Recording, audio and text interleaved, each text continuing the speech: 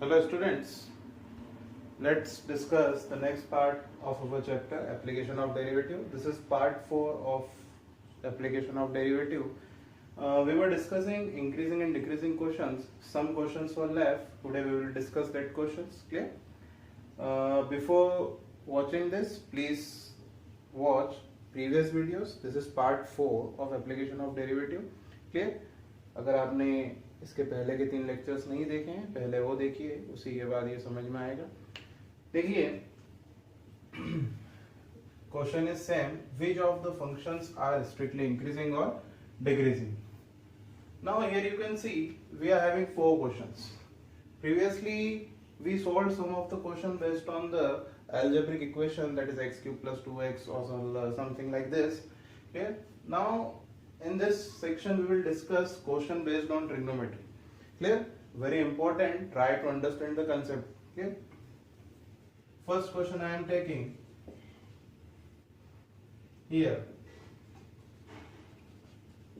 We have fx equal to cos x. First step, always we will determine the slope, that is we will differentiate the function once differentiation of cos x is minus sin x. Clear?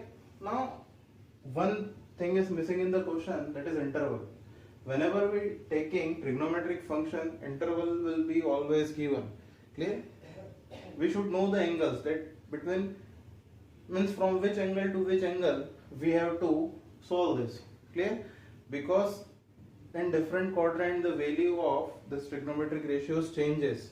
Okay, so interval is very necessary. So interval is here given. In the interval when x belongs to 0 to pi by 2, means we have to check for the strictly increasing or decreasing when x is belonging to 0 to pi by 2. Yes, means first quadrant. So here it is f dash x equal to minus sin x. Now here you can see when x belongs to, directly you can check 0 to pi by 2, that is first quadrant. And in the first quadrant this sin x is always positive. If this sin x is positive, clear, it will never be negative. So when you multiply positive by negative, the overall answer will be negative. Means in this way you will write, see,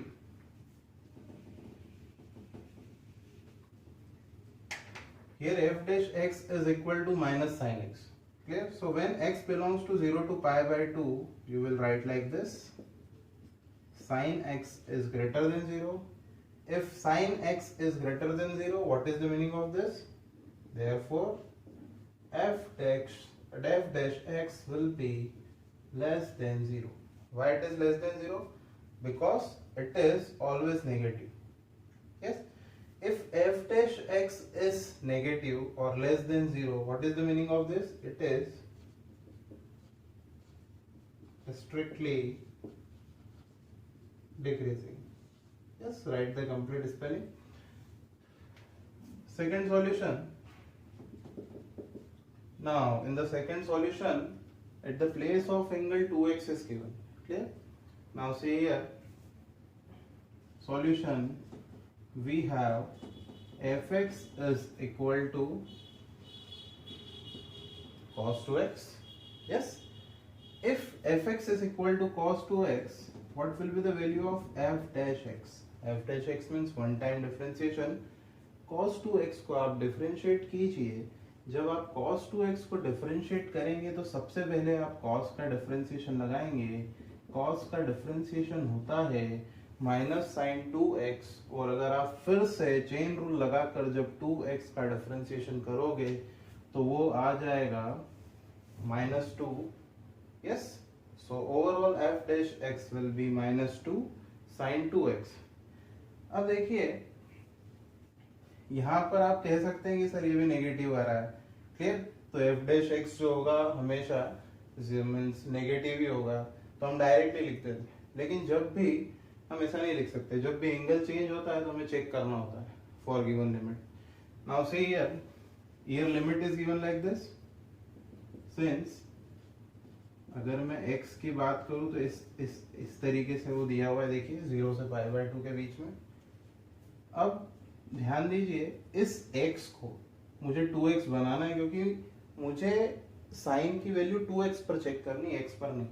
yes, तो देखिए मैं 2 का multiply कर दूंगा तीनों में, यहाँ पर भी 2 का मल्टीप्लाई, यहाँ पर भी 2 का मल्टीप्लाई, यहाँ पर भी 2 का मल्टीप्लाई। यस, तो सिंपल हम 2 का मल्टीप्लाई करते हैं, तो यहाँ पर मैं जब 2 का मल्टीप्लाई करूंगा तो 2 × 0 0, यहाँ पर जब मैं 2 का मल्टीप्लाई करूंगा तो 2x, और यहाँ पर जब मल्टीप्लाई करूंगा तो ये 2π/2 हो जाएगा।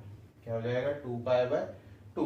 जब आप इसको अच्छे से लिखेंगे तो ये क्या हो जाएगा? 0 2x π, ये 2 से 2 कैंसिल।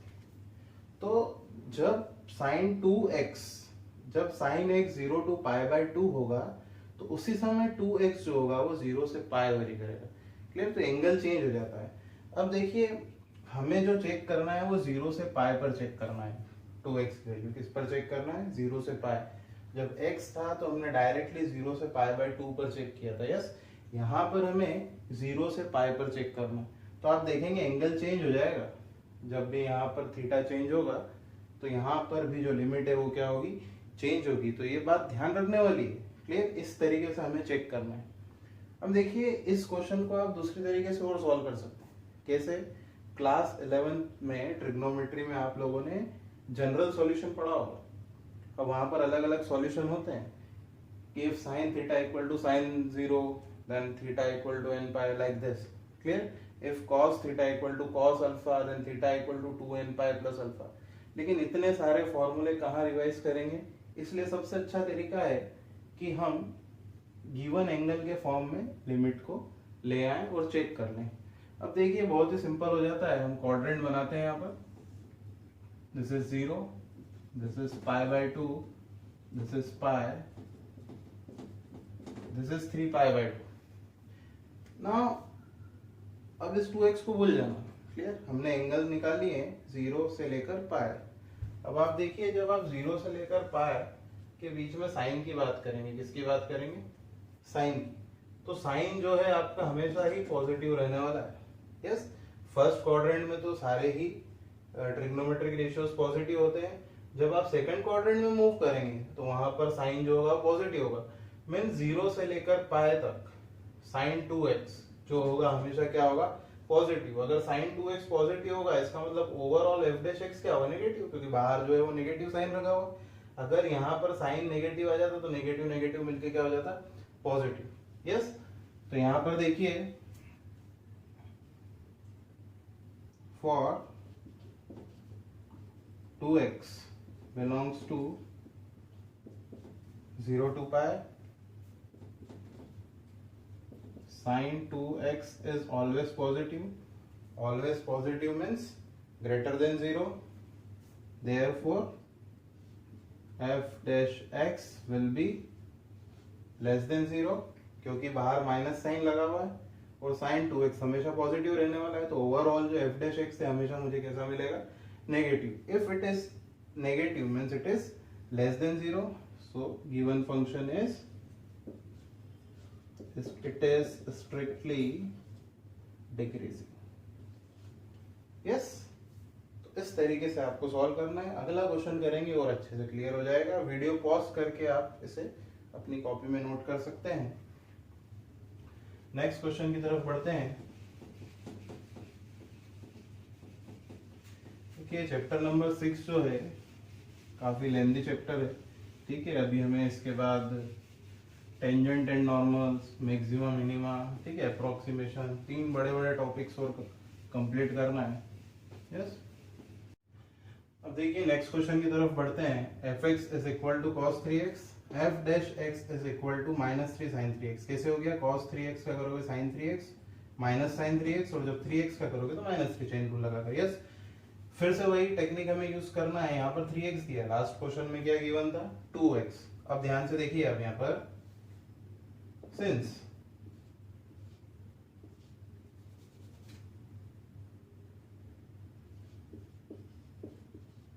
x जो है वो 0 से π/2 पर दिया है। इस x को मुझे कन्वर्ट करना है 3x में, तो मैं तीनों में 3 का मल्टीप्लाई कर दूंगा, 3 into 0 0, 3 into x 3x, 3 into pi by 2 is 3 pi by 2। Clear? अब देखिए क्वाड्रेंट पे आ जाते हैं हम।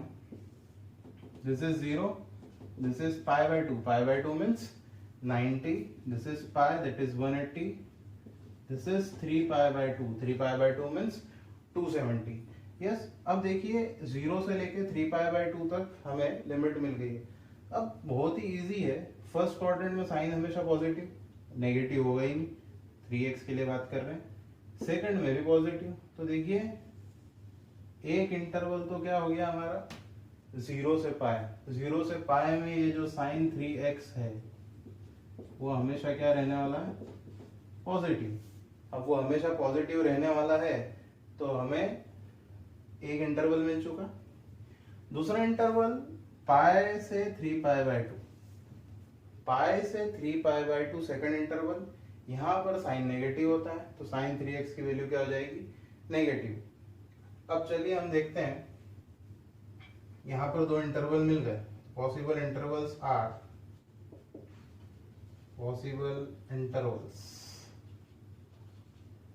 आर, क्या क्या हो गया, एक तो हो गया कि x बिलोंग्स टू 0 टू पाई, और दूसरा हो गया x बिलोंग्स टू, क्लियर, यहाँ पर हम 3x लिखेंगे क्योंकि हमने 3 का फिगर लिया है। पॉसिबल इंटरवल्स आर, यहाँ पर लिख देता हूँ मैं, 3x belongs to 0 to pi and 3x belongs to pi to 3 pi by 2। जब हमने अलजेब्रा वाले क्वेश्चन किए थे वहां हम रियल नंबर लाइन लेते थे, यहाँ पर हम क्वाड्रेंट से चेक करेंगे। क्लियर? अब देखिए फॉर द इंटरवल, हमें लिखना होगा इंटरवल्स, पहला इंटरवल क्या है हमारा 0 टू पाई, 0 टू पाई की अगर मैं बात करूंगा, क्लियर, तो जो साइन 3x है इज ऑलवेज ग्रेटर देन 0, क्योंकि हमेशा पॉजिटिव रहेगा। और अगर साइन 3x ग्रेटर देन 0 है मतलब ये वाला पार्ट हमेशा पॉजिटिव रहेगा, और जब पॉजिटिव नेगेटिव से मल्टीप्लाई होगा तो ओवरऑल f डैश x जो है वो हमें क्या मिल जाएगा, नेगेटिव।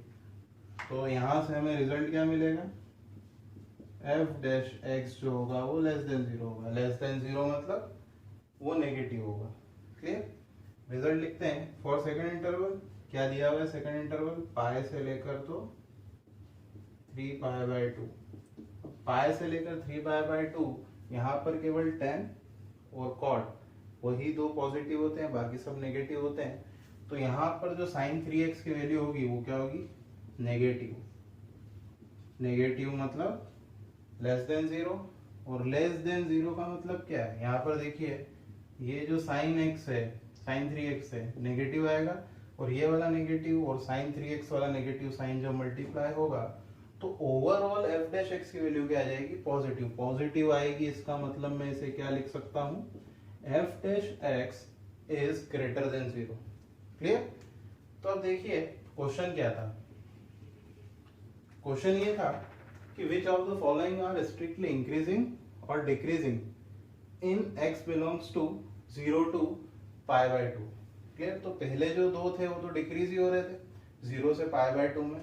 अब यहाँ पर देखिए आप, सो यहाँ पर हम आंसर लिखेंगे, hence given function is strictly increasing, okay, strictly increasing for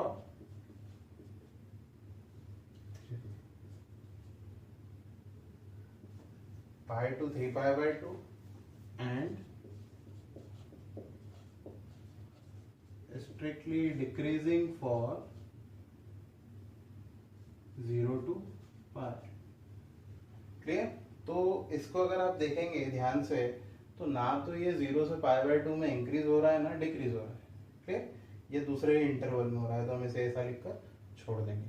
clear, trigonometry में आप लोगों को ये थोड़ा ध्यान रखना होगा क्वाड्रेंट पर। क्लियर, आप चाहें तो क्लास 11 से इसे रिवाइज भी कर सकते हैं।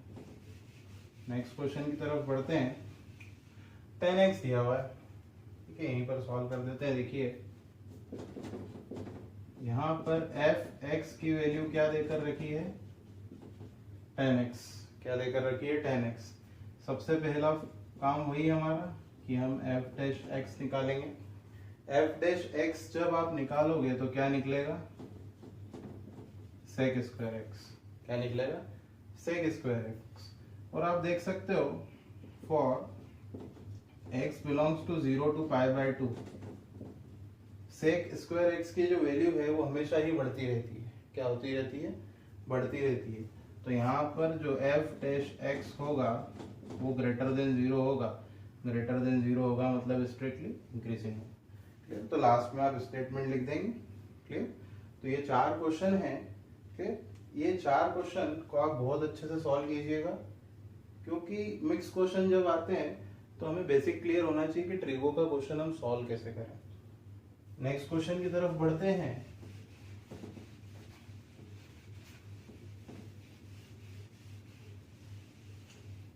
नेक्स्ट क्वेश्चन भी यही रहेगा। क्वेश्चन तो हमेशा ही सेम रहेंगे, बस इंटरवल चेंज होता रहेगा। यस, तो देखिए नेक्स्ट क्वेश्चन क्या है। 2 क्वेश्चंस दिए हैं इसमें। sin raised to the power 4x plus cos raised to the power 4x, interval दे दिया गया है।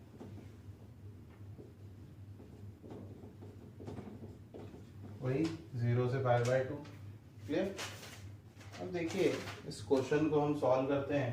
सेकंड क्वेश्चन भी है, वो हम इसका सॉल्यूशन होने के बाद लिखेंगे। Solution, first we have very important question, 2 या 3 बार सीबीएसई में आ चुका है।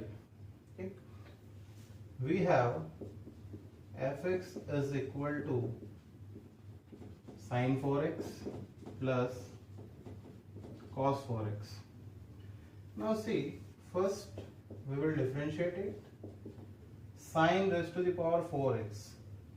अब यहाँ पर सबसे पहले मैं पावर फॉर्मूला लगाऊंगा। अगर आप x raised to the power 4 को डिफरेंशिएट करते हैं तो क्या लिखते हैं, d/dx of x raised to the power 4 क्या होता है, 4x³ होता है। ठीक है, अब यहाँ पर देखिए sin raised to the power 4x दिया हुआ है, तो सबसे पहले तो मैं पावर फॉर्मूला लगाऊंगा, तो ये क्या हो जाएगा, 4sin³ x। और फिर चेन रूल के अकॉर्डिंग मुझे sin x का भी डिफरेंशिएशन करना होगा, तो sin x का डिफरेंशिएशन क्या हो जाएगा, cos x। सिमिलरली जब आप cos raised to the power 4x को डिफरेंशिएट करोगे तो 4cos³ x, एंड यहाँ पर cos x को जब करोगे तो क्या आ जाएगा, -sin x। फिर थोड़ा सा सिंप्लीफाई से करते हैं। मैंने हमेशा कहा है कि f'(x) को सिंप्लीफाई हमें करना है, ताकि दिस माइनस प्लस नेगेटिव हमें f'(x) का सॉल्यूशन या फिर साइन पहचानने में परेशानी ना हो। और क्या कुछ हो सकता है, बिल्कुल हो सकता है। आप देखिए यहाँ पर cos x है, यहाँ पर cos³ x है, मतलब इन दोनों, यहाँ से मैं cos x कॉमन ले सकता हूँ। यहाँ पर 4 है, यहाँ पर भी 4 है, मीन्स में 4 भी कॉमन ले सकता हूँ। यहाँ पर sin x है, यहाँ पर sin³ x है, मतलब मैं ओवरऑल में से क्या कॉमन ले सकता हूँ, sin x। मतलब मैं 4 cos x और sin x क्या ले सकता हूँ, common. 4 sin x cos x common, क्या बचा, sin³ x में से sin x बाहर चला गया, यहाँ पर क्या बचेगा बच्चों, sin²x। यस, यहाँ पर 4 बाहर जा चुका है, sin x बाहर जा चुका है, cos x भी बाहर जा चुका है, तो cos³ में से एक cos बाहर गया तो क्या बचा, cos²x। क्लियर, अब देखिए ट्रिग्नोमेट्री के फॉर्मूले याद कीजिए आप। मैं इस 4 को इस तरीके से लिख रहा हूं, 2 into 2 sine x cos x, और यहां पर मैं नेगेटिव साइन कॉमन ले रहा हूं अंदर ही अंदर।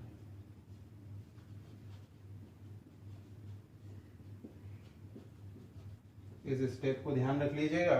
यहां पर 2 फॉर्मूले में यूज करने वाला हूं ट्रिग्नोमेट्री के। पहला फॉर्मूला देखना ध्यान से, जिसको मैं अंडरलाइन कर रहा हूं, 2 साइन एक्स कॉस एक्स। याद कीजिए ये साइन 2x का फॉर्मूला होता था, तो इसकी जगह मैं क्या लिख दूंगा, साइन 2x। याद कीजिए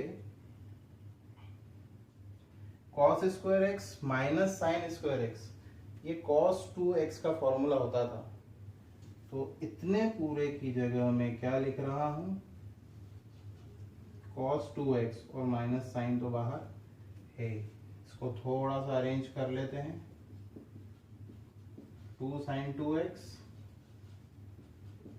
cos 2x और माइनस।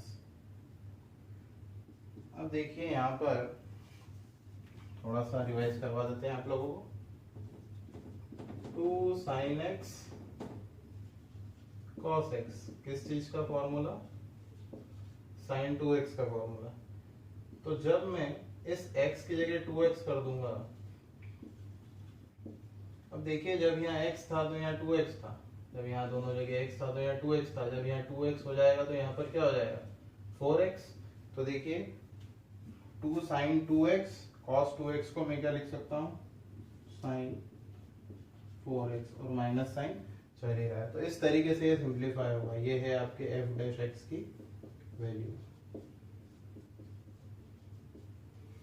यस, अब देखिए आगे बढ़ते हैं।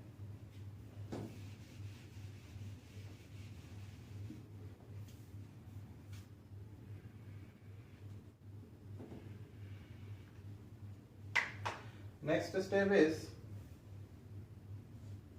we will put f dash x is equal to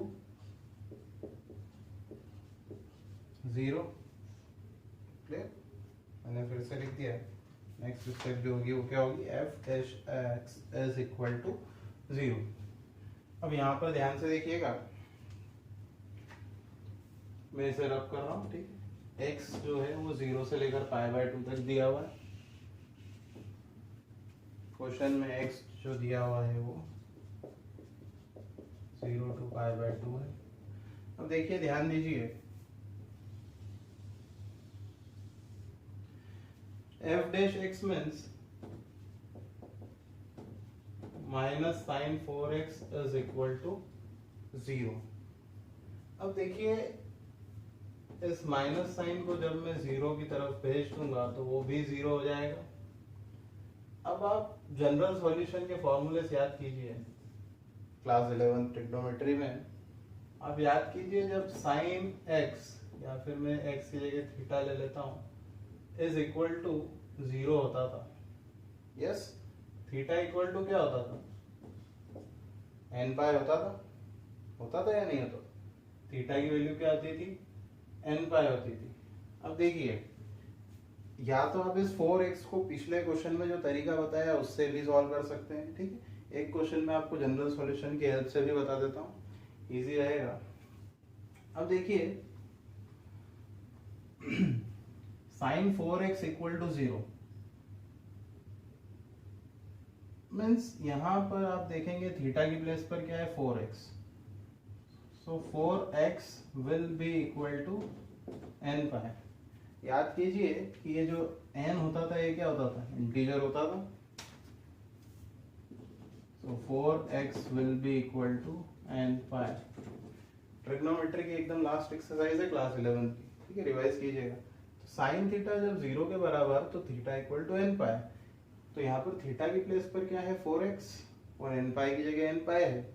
यहाँ पर मैं x इक्वल टू क्या कर देता हूँ, n पाई बाय 4 कर देता हूँ। पिछले तरीके से भी समझा दूंगा मैं, पहले ये देखिए। तो x is equal to n pi by 4। अब देखिए यहाँ पर n जो होता था वो क्या होता था, 0 1 2 प्लस माइनस भी लगा सकते हैं लेकिन अभी नहीं लगाएंगे। 0 से पाई बाय 2 दिया है, नेगेटिव है, डैश डैश डैश। अब बिल्कुल ध्यान से देखिए, n की जगह 0 रखिए तो x की वैल्यू क्या आ जाएगी, 0। क्लियर? तो वो तो हमारा क्रिटिकल पॉइंट नहीं हुआ क्योंकि वो ओपन ब्रैकेट में है। वहां पर n की जगह 1 रखिए। क्या रखेंगे, 1। तो जब आप n की जगह 1 रखेंगे तो x की वैल्यू क्या आ जाएगी, देखिए यहाँ पर जब n की जगह 1 रखेंगे तो x की वैल्यू क्या आ जाएगी, पाई बाय 4 आ जाएगी। अब x equal to n pi by 4 में जब n की जगह 1 रखा तो x की वैल्यू पाई बाय 4 आ गई। अब चेक करो कि ये जो पाई बाय 4 है वो 0 से पाई बाय 2 के बीच में आ रहा है, बिल्कुल आ रहा है क्योंकि पाई बाय 4 जो होता है वो 45 होता है। तो एक वैल्यू कंफर्म हो गई x की, क्या हो गई, पाई बाय 4। और देखते हैं क्या दूसरी वैल्यू आ रही है कोई सी, 2 रख के देखिए।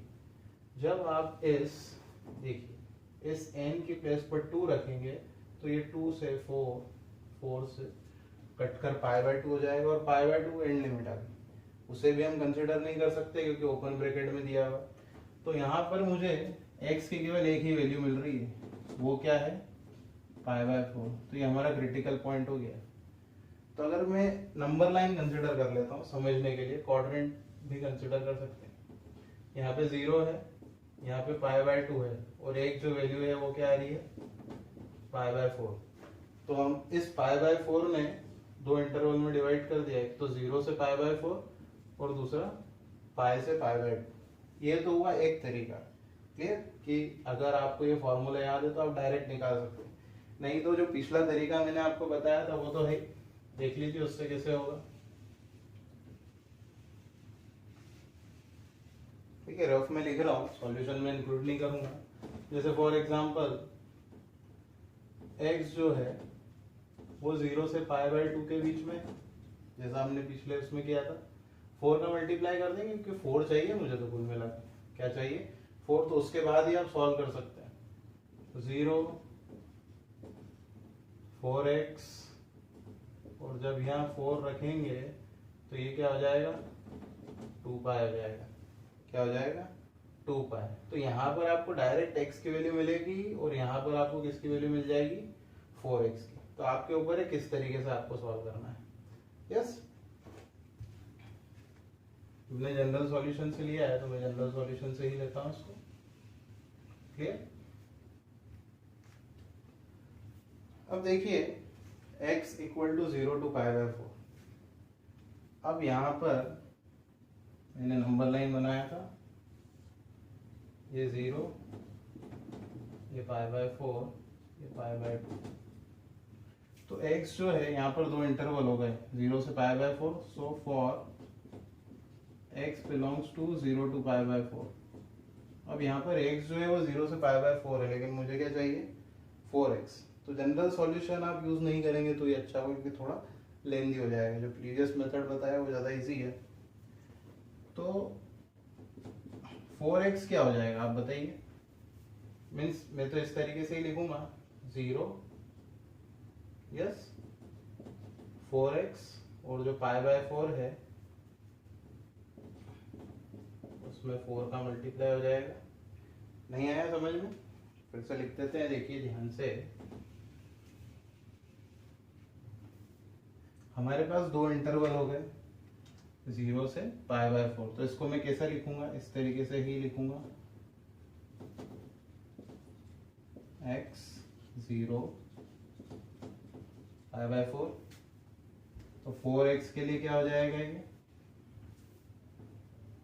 0 4x 4 पाई बाय 4। यस, 4 से 4 कैंसिल हो जाएगा तो आखिरी में बचेगा क्या, इस 4 से ये 4 कैंसिल, क्या बच रहा है, ओनली पाई। तो 4x के लिए जो एक लिमिट होगी वो 0 से पाई, क्या होगी, 0 से पाई।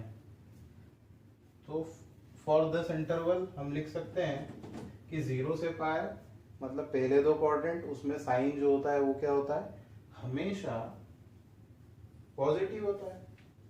तो साइन हमेशा क्या होगा, positive. So for 0 to pi by 4, 0 to pi by 4 यहाँ पर 4x की अगर मैं बात करूंगा तो साइन 4x जो होगा वो क्या होगा, positive, that is greater than 0। अब देखते हैं देयरफॉर f डैश x क्या हो जाएगा, लेस देन 0। क्या हो जाएगा, less than 0। So f dash x is less than 0 कब, when x belongs to 0 to pi by 4। तो 0 to पाई बाय 4 में f डैश x का जो नेचर होगा वो क्या होगा, स्ट्रिक्टली डिक्रीजिंग। तो आप यहाँ पर अच्छे से स्टेटमेंट लिख दीजिएगा। क्लियर। अब दूसरा इंटरवल देखते हैं, ये पहले इंटरवल के लिए था, पाई बाय 4 से pi by 2। So for x belongs to pi by 4 to pi by 2। Clear. तो इस तरीके से लिखेंगे, देखिए 0x सॉरी हमारा पाई बाय 4 से स्टार्ट हो रहा है, pi by 4 to pi by 2, ये x के लिए। जब मैं 4 के लिए निकालूंगा तो क्या होगा, 4 का मल्टीप्लाई करना होगा तीनों जगह। तो ध्यान से देखिएगा, जब मैं यहाँ पर 4 का मल्टीप्लाई करूंगा, ठीक है, तो 4 से 4 कैंसिल होके क्या हो जाएगा, पाई। देखिए ध्यान से, है ना। और यहां पर क्या आ जाएगा, 4x। और जब मैं यहां पर 4 का मल्टीप्लाई करूंगा तो इस 2 से वो 4 कट के 2 हो जाएगा, 2 पाई। क्या हो जाएगा, 2 पाई। क्लियर।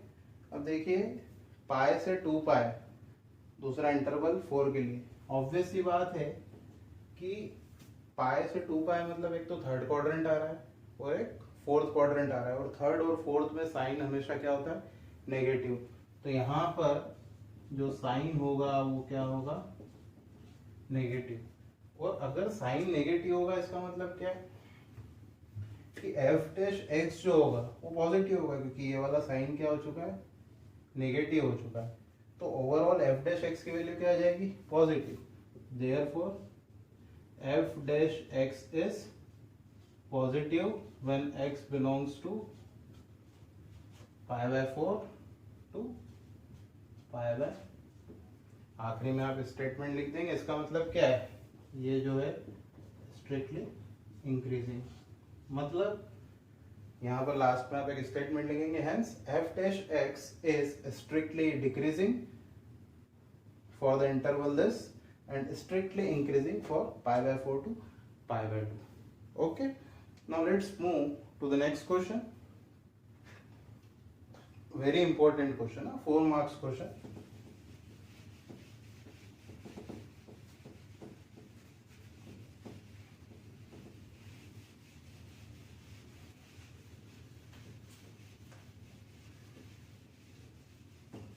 अब मुझे लगता है कि ट्रिग्नोमेट्री का बेसिक आपका क्लियर हो चुका होगा। Clear.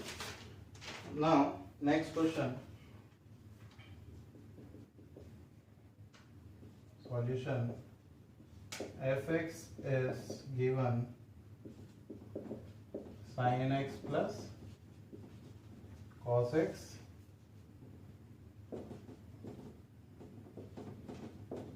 x is from 0 to 2 पाई। ठीक है, चारों क्वाड्रेंट दे दिए हैं, ठीक है, पूरे क्वाड्रेंट में हमें चेक करना होगा, लेकिन अच्छी बात है यहाँ पर x ही है, 4x का फैक्टर नहीं है। फटाफट करते हैं इस क्वेश्चन को। f dash x sine x का cos x का minus sine x। Next step में f डैश x को 0 पुट करूंगा, so cos x minus sine x is equal to 0। Clear. Sine x को यहीं रहने देते हैं, cos x को उधर भेज देते हैं। क्लियर। अब देखिए थोड़ा सा चेंज करते हैं, साइन x को उधर भेजते हैं, जल्दी हो जाएगा हमारा सॉल्यूशन। साइन x को उधर भेजा, क्या हो गया, पॉजिटिव साइन x। अब देखिए इस साइन को अगर मुझे कॉस के फॉर्म में चेंज करना है, ऐसे पाई बाय 2 माइनस एक्स लिख सकता हूँ। एक फॉर्मूला याद कीजिए जनरल इक्वेशन ट्रिग्नोमेट्री से, कि जब cos theta equal to cos alpha होता था तो theta equal to 2n pi plus alpha होता था। क्लियर, याद कीजिए इसको। तो यहाँ पर थीटा की जगह x है तो मैं x लिख रहा हूँ, और अल्फा की जगह पाई बाय 2 माइनस एक्स है, इसलिए मैं पाई बाय 2 माइनस एक्स लिख रहा हूँ। ध्यान से देख लीजिए, here cos theta is equal to cos alpha, general solution from trigonometry. So theta is equal to 2n pi plus alpha. तो x की वैल्यू क्या हो गई 2n पाई। अब इस x को मैं इधर शिफ्ट कर दूंगा, माइनस का है, इधर आएगा तो प्लस का हो जाएगा। तो x plus x will be equal to 2x। यहाँ पर क्या बचा 2n pi plus pi by 2। देखिए यहाँ पर इसे रब कर रहा हूँ मैं, 0 से 2 पाई याद रखिएगा, यहाँ पर लिख देते हैं।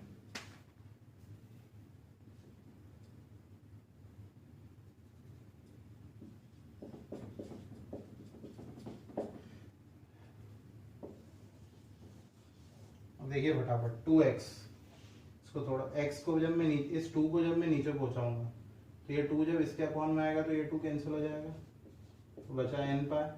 और ये 2 जब यहाँ पर आएगा तो ये मल्टीप्लाई हो जाएगा, तो क्या हुआ n pi by pi by 4। जब इस 2 को नीचे भेजूंगा तो इस 2 से ये 2 कैंसिल हो जाएगा, तो यहाँ केवल n पाई। और इस 2 को जब मैं नीचे भेजूंगा तो 2 इंटू 2 क्या हो जाएगा 4 हो जाएगा। तो x की वैल्यू क्या मिल गई n pi plus pi by 4। Clear. अब देखिए x की value n pi plus pi by 4 हमें मिल चुकी है। अब हमें n की वैल्यू कंसिडर करना है। n जो क्या होता है, ये n इज इक्वल टू 0 1 2 3 चलता जाएगा। और n की वैल्यू हमें इस तरीके से रखना है कि x की वैल्यू 0 से 2 पाई के बीच में ही रहे, ना तो वो 0 से बाहर जाए ना वो 2 पाई से बाहर जाए, ऐसा हमें चेक करना है। अब अगर मैं n की जगह 0 रखता हूँ, क्या रखता हूँ देखिए, फॉर n इक्वल टू 0, ये जो x है ये क्या हो जाएगा n की जगह 0, तो ये तो पूरा एलिमिनेट हो जाएगा, बचेगा क्या पाई बाय 4। चेक कीजिए पाई बाय 4 0 से 2 पाई के बीच में आ रहा है, बिल्कुल। तो x की एक वैल्यू तो ये हो गई। दूसरा n इक्वल टू 1 के लिए चेक कीजिए, जब n की प्लेस पर 1 रखेंगे तो x की वैल्यू क्या हो जाएगी, देखिए ध्यान से, n की जगह आपने क्या रखा है 1। क्लियर। और यहाँ पर क्या है पाई, तो 1 इंटू पाई तो क्या होगा पाई ही होगा, पाई प्लस पाई बाय 4। और पाई प्लस पाई बाय 4 जब आप सॉल्व करेंगे तो क्या आ जाएगा 5 पाई बाय 4।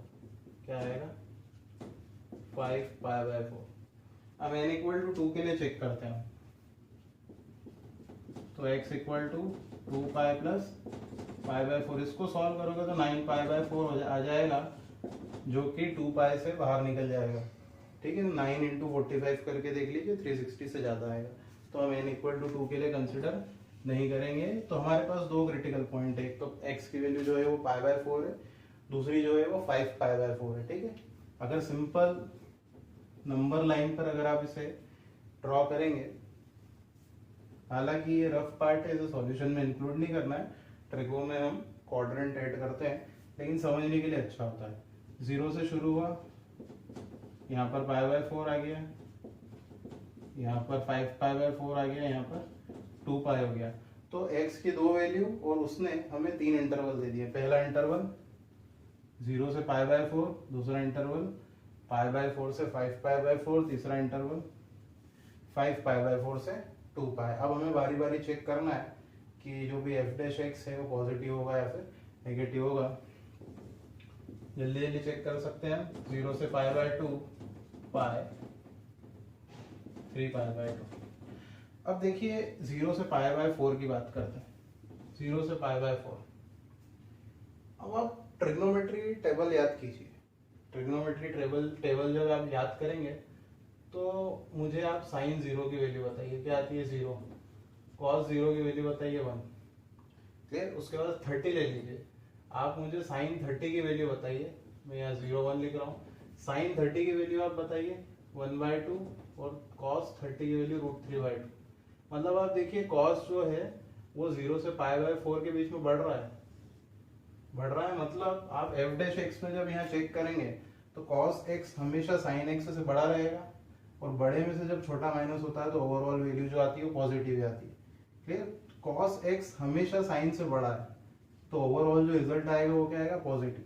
सो फॉर, जैसे आपको चेक करना है, for x belongs to 0 to pi by 4, f dash x is greater than 0. Greater than 0 मतलब आप रिजल्ट बाद में लिख दीजिएगा, मैं यहाँ पर शॉर्ट में लिख रहा हूँ, स्ट्रिक्टली इंक्रीजिंग. ठीक है, दूसरे इंटरवल के लिए चेक करते हैं. पहला इंटरवल, दूसरा इंटरवल क्या है, पाई बाय 4 से 5 पाई बाय 4. क्लियर, 5 पाई बाय 4 आप 45 इंटू 5 कर लीजिए, अराउंड 225 समथिंग आएगा. Clear, 45 into 5, yes, clear, around 225 you will get. अब देखिए, पाई बाय 4 से 5 पाई बाय 4 की बात करते हैं. पाई बाय 4 यहीं कहीं होगा. अब ऑब्वियस सी बात है, जब मैं सेकंड क्वाड्रेंट की तरफ बढ़ूंगा तो साइन की वैल्यू जो है वो हमेशा इंक्रीज होती है. आप कोई सी भी वैल्यू लेकर चेक कर सकते हैं, हर वैल्यू पे साइन की जो वैल्यू होगी वो कॉस से बड़ी होगी. अगर पाई बाय 4 से 5 पाई बाय 4 में साइन की वैल्यू अगर बड़ी होगी तो बड़ी वैल्यू नेगेटिव, तो ओवरऑल रिजल्ट भी क्या आएगा, नेगेटिव. क्योंकि आप छोटे नंबर को बड़े नंबर से माइनस करोगे तो जो साइन होता है वो आता है बड़े में साइन क्या है, नेगेटिव. तो पाई बाय 4 से 5 पाई बाय 4 में साइन x हमेशा cos x से बड़ा रहेगा. आप देख सकते हो, पाई बाय 4 से हम सेकंड क्वाड्रेंट की तरफ बढ़ रहे हैं और सेकंड क्वाड्रेंट में यहाँ पर साइन x पूरा पॉजिटिव. क्लियर, यहाँ पर cos नेगेटिव, मीन्स साइन जो है वो हमेशा ही बड़ी वैल्यू शो करेगा. क्लियर, तो यहाँ पर ओवरऑल जो f डैश x मिलेगा वो क्या मिलेगा हमको, लेस देन 0. तो यहाँ पर स्ट्रिक्टली डिक्रीजिंग. क्लियर, आप समझ सकते हैं कि ये बड़ा है और ये छोटा है. क्लियर, तो ओवरऑल जो रिजल्ट है वो नेगेटिव, इसलिए f डैश x जो है वो क्या है, नेगेटिव. ऐसे ही तीसरे इंटरवल पर भी आप चेक कर सकते हैं. क्या दिया हुआ है तीसरा इंटरवल, 5 पाई बाय 4 से 2 पाई. अब हम ऑब्वियस देख सकते हैं कि 5 पाई बाय 4 भी यहीं कहीं होगा. हम cos की तरफ बढ़ रहे हैं, फोर्थ क्वाड्रेंट में cos हमेशा बड़ी वैल्यू शो करेगा और पॉजिटिव शो करेगा. तो cos हमेशा बड़ा होगा और साइन छोटा होगा. तो ओवरऑल जो रिजल्ट है, बड़े में से छोटा माइनस करोगे तो पॉजिटिव ही आना है, बड़े में साइन पॉजिटिव होगा. तो f डैश x जो है यहाँ पर क्या हो जाएगा, ग्रेटर देन 0. तो यहाँ पर स्ट्रिक्टली इंक्रीजिंग. तो लास्ट में आप लिख देंगे कि given function is strictly increasing for this to interval 0 to pi by 4, 5 pi by 4 to 2 pi, and strictly decreasing in this. Clear? So this completes the increasing and decreasing of application of derivative. Clear?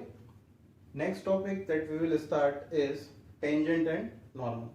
That is also very important chapter. Clear? Thank you students. Thank you class.